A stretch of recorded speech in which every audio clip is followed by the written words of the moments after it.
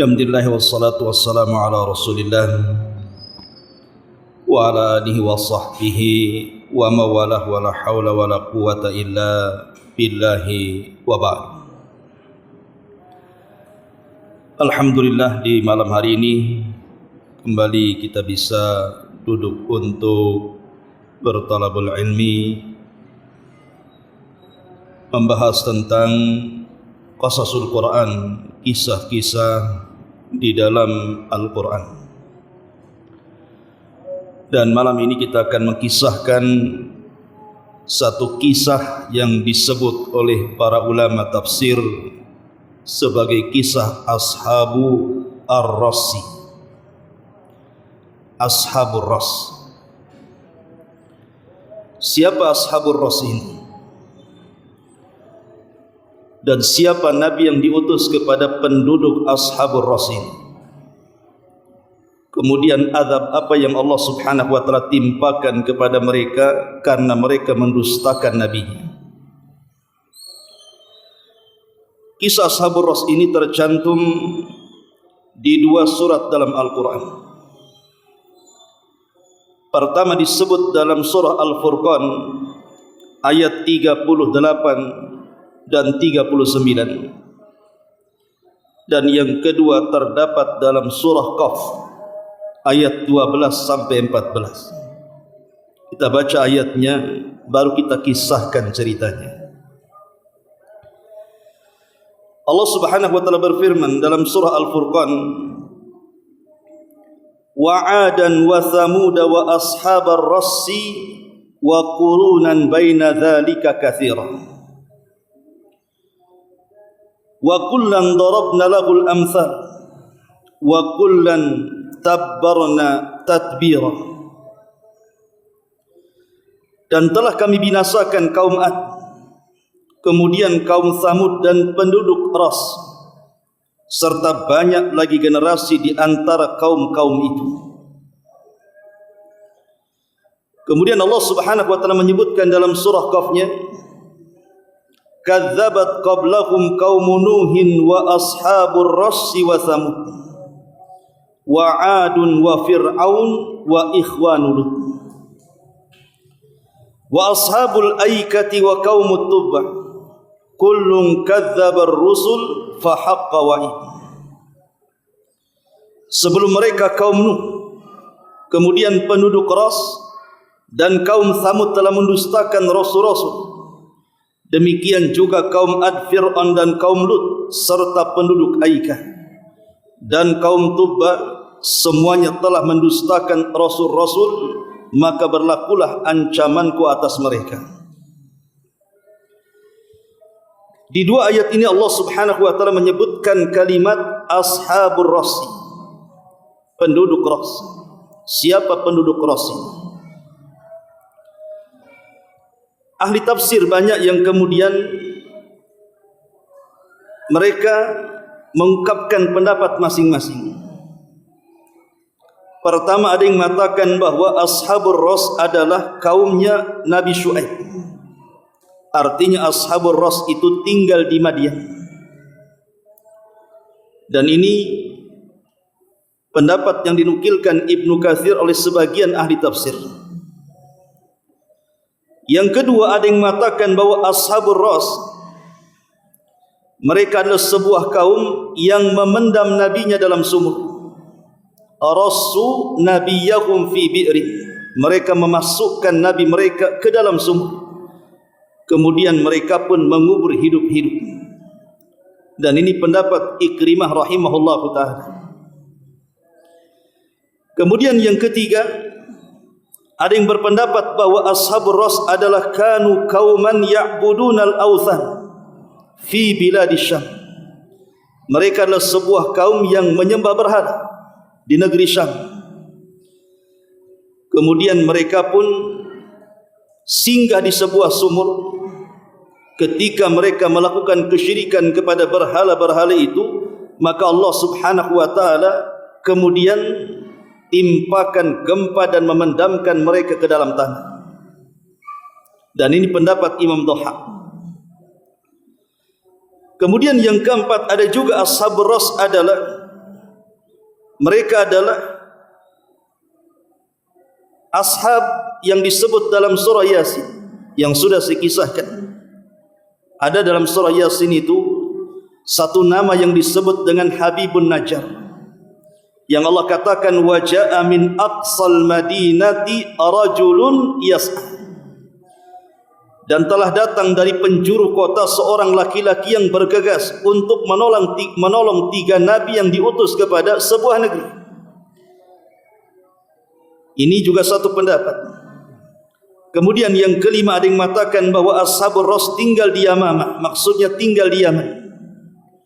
Dan ada juga yang mengatakan bahwa Ashabur Ras mereka adalah satu kaum yang tinggal di tempat yang pernah didiami oleh kaum Tsamud. Dan banyak sekali pendapat-pendapat yang lainnya. Tetapi Imam Ibnu Katsir rahimahullahu ta'ala menguatkan bahwa Ashabur Ras adalah sebuah kaum dari bagian Madian, di mana diutus kepada Madian Ma'ruf seorang nabi Arab yang bernama Syuaib alaihi salatu wassalam. Bagaimana kisahnya? Al-Quran memang tidak menjelaskan kisahnya, hanya menyebutkan namanya saja, Ashabur Ras, gitu saja. Terkadang cerita-cerita Nabi sendiri dalam Quran itu kan ada yang dikisahkan secara gamblang, seperti kisahnya Nabi Musa, kisahnya Nabi Yusuf memang diceritakan secara gamblang. Tapi ada juga Nabi yang dikisahkan secara global saja, seperti Nabi Syuaib, Nabi Saleh dan yang semacamnya. Tapi ada juga Nabi yang hanya disebutkan nama, tidak ada ceritanya, seperti Ilyasa, Dzulkifli dan yang lainnya. Tentu hikmahnya yang tahu hanya Allah subhanahu wa ta'ala. Kenapa tidak diceritakan sedetail mungkin? Karena saya katakan bahwa Quran itu bukan kitab sejarah. Kalau kita ingin mengetahui sejarah secara detail, jangan membaca Quran, tapi beralihlah kepada kitab-kitab sejarah yang ditulis para ulama. Karena Quran itu kitab ibrah, kitab yang diambil pelajaran. Lalu Ashabur Ras ini bagaimana kisahnya kalau tidak diceritakan dalam Quran? Bahkan hadis pun tidak menceritakannya. Tapi ternukil dari pendapat-pendapat para sahabat seperti Ibnu Abbas, kemudian juga Ali radhiyallahu an, kemudian juga Ka'ab al-Akhbar, dan banyak sahabat yang menceritakan tentang kisah Ashabur Ras ini secara global seperti ini. Dahulu ada sebuah kaum ini diberikan nikmat yang luar biasa oleh Allah subhanahu wa ta'ala, di mana kaum ini pekerjaan mereka adalah pekerjaannya menjadi petani. Dan subhanallah, pertanian mereka sangat subur sekali dan menghasilkan hasil yang sangat banyak sekali, sehingga kehidupan mereka sangat makmur sekali. Masalahnya, nikmat yang Allah subhanahu wa ta'ala anugerahkan kepada mereka bukan dibalas dengan syukur nikmat, tapi dibalas dengan kekufuran. Apa kekufuran mereka? Di tengah-tengah Ashabur Ras itu ada satu pohon yang sangat besar. Konon katanya pohon ini yang menanam adalah salah satu putra Nuh alaihi salatu wassalam yang bernama Yafis ibnu Nuh. Dialah yang menanam pohon itu. Sampai kemudian pohon ini tidak mati dan hidup sampai di zaman Ashabur Ras. Lah mereka itulah kemudian menyembah pohon ini. Lah Ashabur Ras itu terdiri daripada 12 kabilah. Jadi masing-masing kabilah mereka menanam pohon dengan pohon yang sama, tetapi irigasinya ataupun aliran airnya untuk menghidupkan pohon itu bersumber dari pohon yang sangat besar yang mereka sangat keramatkan. Begitulah Ashabur Ras, mereka adalah kaum penyembah pohon. Pohon yang sangat besar sekali, disitulah ada sumur. Makanya nanti kisahnya disebut Ras, karena Ras itu artinya nabi yang dipendam dalam sumur. Jadi dari sumur itulah ada sumber, lah airnya tidak pernah habis. Jadi airnya itu dialiri kepada 12 kabilah dan menghasilkan dari air itu pertanian yang sangat subur makmur, sehingga mereka diberikan nikmat yang gemilang oleh Allah subhanahu wa ta'ala, di mana hasilnya tidak pernah dirugikan. Lah setiap tahun Ashabur Ras ini mereka mengadakan perayaan di sekitar pohon yang dikeramatkan itu. Joget-joget, nyanyi-nyanyi, minum arak dan yang semacamnya. Sampai akhirnya setan itu masuk ke dalam pohon. Kemudian setan itu akan bersuara di balik pohon itu dan mengatakan, laqad qabiltu idakum fatibu biha nafsakum. Aku telah terima perayaan yang kalian persembahkan kepadaku, maka perbaikilah diri-diri kalian. Jadi mereka menganggap bahwa suara itu adalah Tuhan mereka. Apabila terdengar suara ini, bubarlah perayaan mereka. Artinya apa yang mereka rayakan telah diterima oleh Tuhan-Tuhan sesembahan mereka. Sampai akhirnya Allah Subhanahu wa taala utus kepada mereka seorang nabi. Memang nabi ini majhul, tidak disebutkan namanya.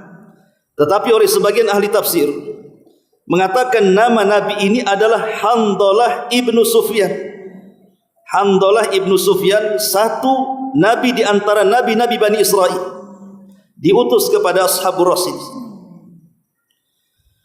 Dan sebagaimana tradisi para nabi, apabila diutus kepada sebuah kaum, maka tugas mereka adalah mengajak manusia untuk mentauhidkan Allah Subhanahu wa taala. Walaqad ba'atsna fi kulli ummatir rasulan an ibudullaha wajtanibut taghut.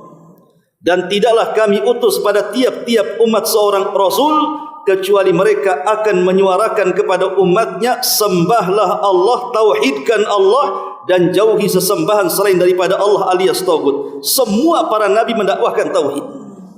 Jadi nabi ini mengajak kepada penduduk Ras ini jangan menyembah pohon, karena pohon itu bukan Tuhan.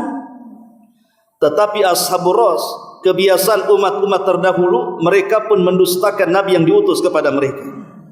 Sehari, 2 hari, seminggu, 2 minggu, sebulan, 2 bulan, setahun, 2 tahun, tidak ada satupun Ashabur Ras yang beriman kepada Nabi Handalah ini.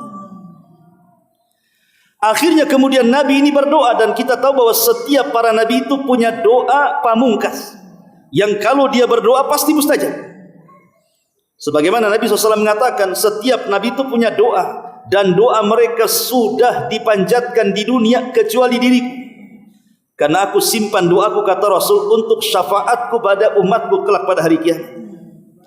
Lah Nabi Handalah ini berdoa kepada Allah agar Allah mematikan pohon itu.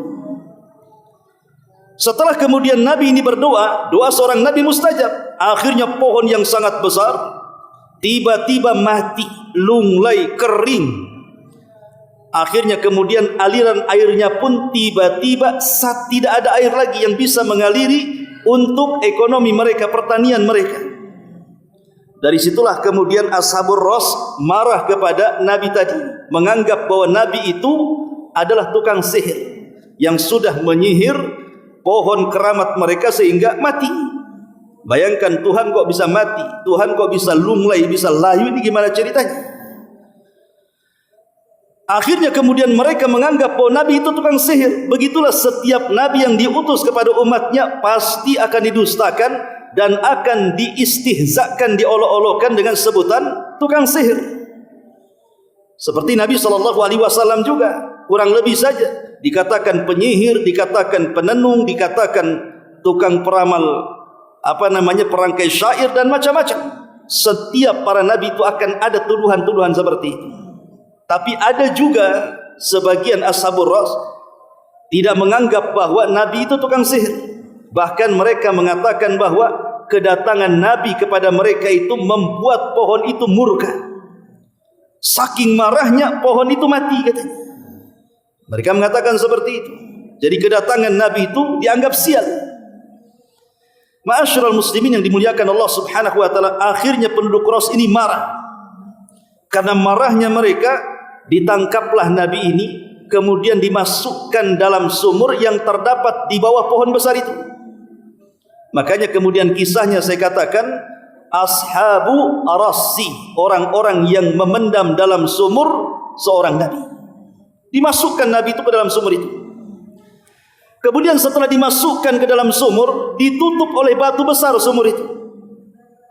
Setiap nabi ini menangis karena melihat perlakuan kaumnya kepada dirinya, maka tangisan itu akan terdengar sampai keluar. Apabila Ashabur Ras mendengar tangisan Nabi itu, mereka bahagia. Mereka kemudian tertawa-tawa, senang hati, karena mereka sudah memendam tukang sihir yang sudah menyihir sembahan mereka. Sampai pada waktunya, tangisan Nabi itu sudah tidak terdengar lagi. Apa yang terjadi? Disinilah azab Allah subhanahu wa ta'ala turun kepada mereka.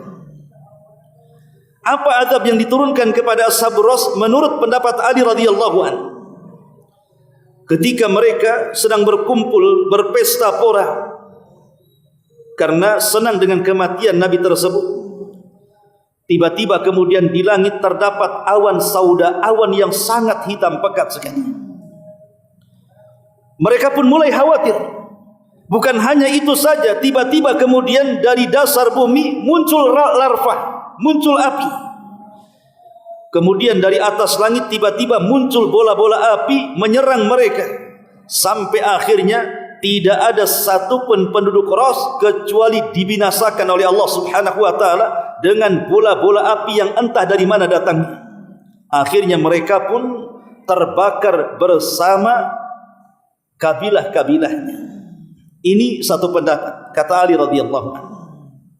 Tapi pendapat yang lain enggak seperti itu. Jadi Nabi Handalah ini berdakwah bertahun-tahun kepada Ashabur Ras itu, tidak ada satupun pengikut kecuali satu. Abdul Aswad namanya, budak yang sangat hitam sekali. Itulah satu-satunya pengikut Nabi Handalah. Dan seluruh Ashabur Ras, dua kabilah, tidak ada satupun yang mengikuti dakwah Nabi Handalah ini. Jadi begitulah para nabi, persis seperti yang dikatakan oleh Nabi SAW dalam hadis yang panjang ketika menceritakan tentang 70.000 orang yang masuk surga tanpa hisab dan azab kan. Ada nabi itu yang dilihat Rasul memiliki banyak umat seperti Nabi Musa. Tapi ada juga nabi yang hanya pengikutnya 1, 2, 3 kan begitu. Apakah kita katakan nabi yang pengikutnya 1, 2, 3 itu gagal? Tidak, justru berhasil. Karena keberhasilan dakwah itu bukan ditinjau dari pengikut, tapi berhasilnya menyampaikan kebenaran. Kalau kita sudah menyampaikan kebenaran, artinya kita berhasil dalam dakwah. Ma'asyiral muslimin yang dimuliakan Allah Azza wa Jalla, hamba yang berkulit hitam pekat ini, ketika dia mendengar bahwa nabinya dipendam dalam sumur itu, dia tahu bahwa nabi itu tidak makan dan minum. Akhirnya dia pun lari ke hutan, kemudian mencari kayu bakar, kemudian dijual ke pasar, kemudian hasilnya diberikan makanan, kemudian makanan itu dimasukkan ke dalam sumur lewat tali itu, supaya nabi itu makan. Setiap hari seperti itu dilakukan oleh budak hitam ini, supaya nabi itu jangan mati. Sampai pada waktunya, ketika budak hitam ini masuk ke dalam hutan mencari kayu bakar, tiba-tiba dia ngantuk, kemudian tidur. Dan Allah tidurkan selama 14 tahun. Jadi kalau dia berguling ke arah kanan, Allah tidurkan 7 tahun. Kalau kemudian berguling ke arah kiri, Allah tidurkan 7 tahun. Berarti dia ditidurkan 14 tahun. Sama dengan kisah Ashabul Kahfi, ditidurkan 3 abad lebih. Sama dengan Nabi Uzair, ditidurkan 1 abad, yang disebutkan dalam surah Al-Baqarah, au marra ala qaryatin, yang sudah kita jelaskan. Lah itu kuasa Allah subhanahu wa ta'ala. Ketika dia bangun, dia kaget. Langsung dia mencari kayu bakar. Disangkanya dia baru tidur tuh, padahal sudah 14 tahun tuh tidurnya tuh. Dia cari kayu bakar, dia jual kayunya, kemudian dia membeli makanan. Ketika dia hendak mengantar makanan itu, dia lupa di mana sumurnya. Karena sudah 14 tahun kan, lokasinya pun di mana tidak tahu. Akhirnya dia pun menangis, kemudian berdoa kepada Allah subhanahu wa ta'ala agar nabi itu diselamatkan. Ma'asyiral muslimin yang dimuliakan Allah Azza wa Jalla, ada juga kisah yang mengatakan bahwa sebenarnya nabi itu diselamatkan oleh Ashabur Ras. Jadi ketika nabi itu di dalam sumur dan nabi itu berdoa agar kaum Ashabur Ras itu diazab oleh Allah subhanahu wa ta'ala, tatkala Ashabur Ras itu merasakan bahwa azab Allah akan menimpa mereka, mereka pun sadar, kemudian mengambil nabi itu, dan barulah kemudian mereka beriman semuanya sehingga tidak turun azab kepada mereka.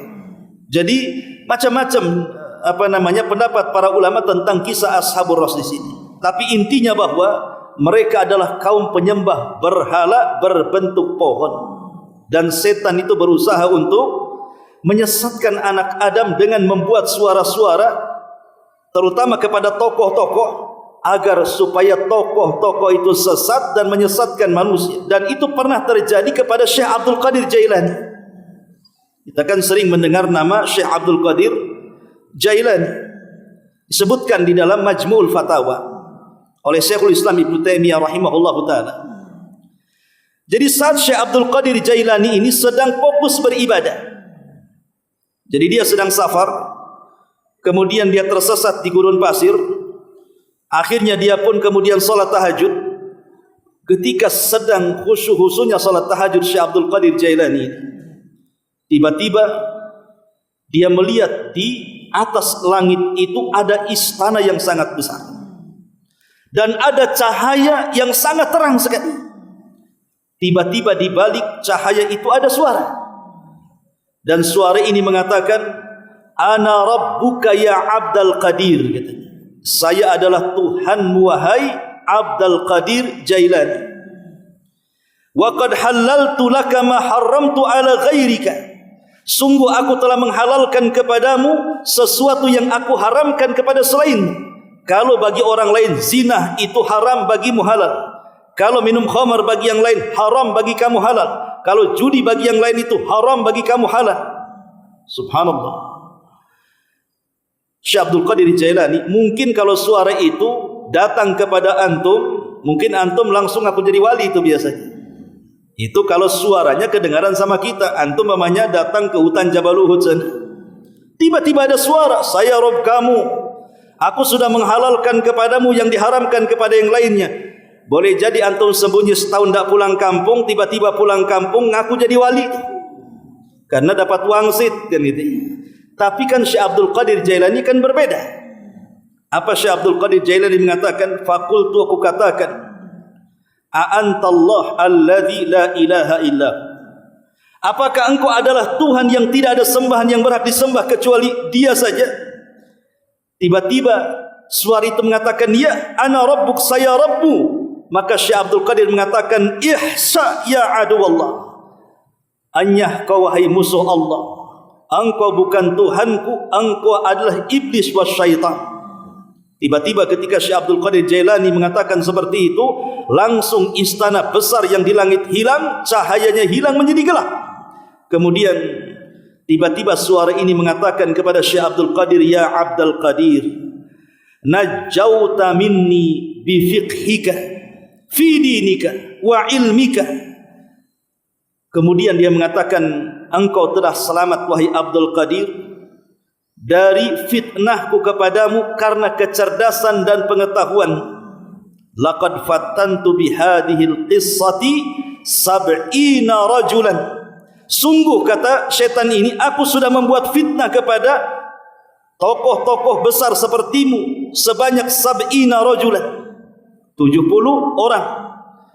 Aku buat suara mereka kepada mereka, aku ngaku Tuhan kepada mereka, dan aku berhasil memfitnah mereka kecuali engkau wahai Abdul Qadir. Jadi di sini kita tahu bahwa syaitan itu dia akan berusaha untuk memberikan waswas kan. Terkadang kepada orang salat dibuat waswas oleh syaitan supaya cepat gerakannya. Makanya ada istilah tarawih itu singkat rakaatnya, cepat gerakannya, kilat juga gerakannya. Terkadang dibuatnya orang tidak khusyuk. Seperti yang ma'ruf ya, yang di YouTube itu yang 10 menit ke 70 menit yang bisa menyelesaikan 23 rakaat. Kedengarannya cuma 3 suara, dhalin, amin sama salam saja. Yang lainnya enggak jelas tuh. Itu yang paling jelas tuh, bolin, amin, assalamualaikum. Itu yang paling jelas tuh. Yang lainnya nggak jelas tuh ngomong apa dia. Bayangkan 10 menit kan, itu harusnya dapat penghargaan muri itu. Karena saat tarawih tercepat kan tidak ada di dunia kecuali ada di Jawa tuh. Ma'asyiral muslimin yang dimuliakan Allah Subhanahu wa taala, begitulah setan itu menghasut dan memberikan waswas. Lah kisah Ashabur Ras di sini. Kita tahu bahwa mereka para penyembah pohon, dan itulah sejarah, ada yang mengatakan sejarah pertama kaum yang menyembah pohon itulah Ashabur Ras. Dulu saya masih kecil waktu di Jawa Barat itu, masih banyak pohon-pohon beringin itu yang dikeramatkan. Hampir tidak ada satupun pohon beringin kecuali ada sesajennya. Di situ ada nasi sedikit, telur setengah, ikan teri gitu. Mungkin kalau jinnya agak gede, mungkin ikannya mungkin enggak teri lagi kalau sekarang ya. Tapi yang jelas bahwa masih ada tuh. Sampai ada film dulu kan, ada pohon, tiba-tiba ada suara minta makan. Kemudian dikasih makan, setelah orangnya pergi, keluar orang gila. Subhanallah kan. Kan ada itu film wali itu apa gitu ya. Zaman bahula ya. Tapi yang jelas bahwa kisah Ashabur Ras ini memberikan faedah yang besar kepada kita. Satu, bahwa akibat orang-orang yang mendustakan para nabi, maka Allah Subhanahu wa taala akan kirim azab kepada mereka. Yang kedua, pentingnya takut dengan azab Allah dan tidak merasa aman dari makarnya. Dan yang ketiga, bahwa iman kepada Allah, tauhid, harus tetap dipertahankan. Itulah yang kita bisa petik dari kisah Ashabur Ras. Subhanakallah bihamdika, asyhadu an la ilaha illa anta, astaghfiruka wa atubu ilaik. Allahu ta'ala alam. Assalamualaikum warahmatullahi wabarakatuh.